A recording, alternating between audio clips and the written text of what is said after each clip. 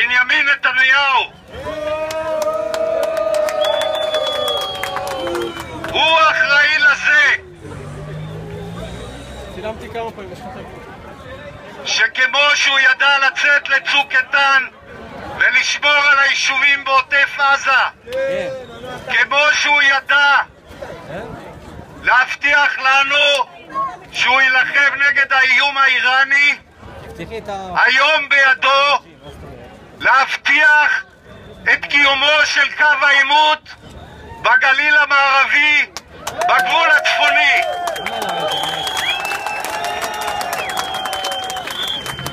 לא יכול להיות שתושבים שלקחו משכנתה, עזבו את אזורי המרכז שקל להתפרנס בהם ובאו לחיות פה על הגבול, בראש הנקרה, בחניתה.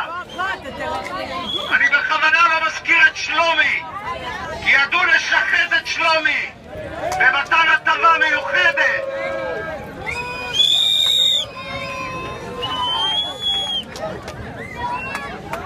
ורוצים להיות פה טובים עם 400 יישובים ברחבי הארץ.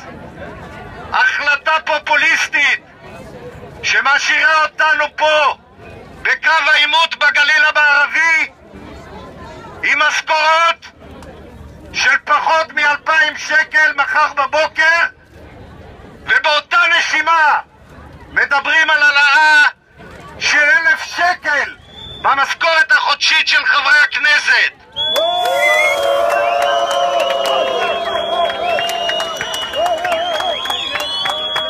אני קורא לביבי, תשב בשקט. העברנו לשולחנך הצעות פשוטות.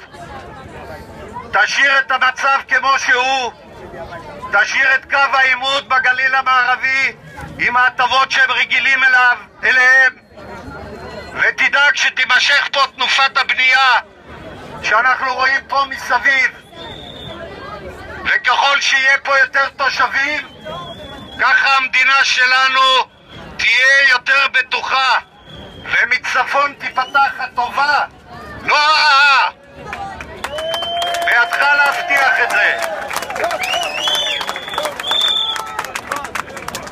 תודה רבה לכם שבאתם הנה לצומת. אנחנו עוד לא גומרים עם ההפגנה.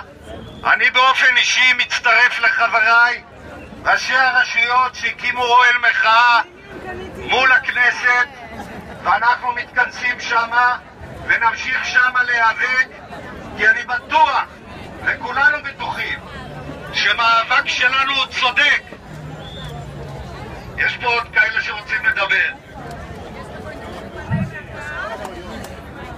אני קודם כל רוצה לומר כל הכבוד לכל התושבים מכל הגליל המערבי שבאו ונרתמו.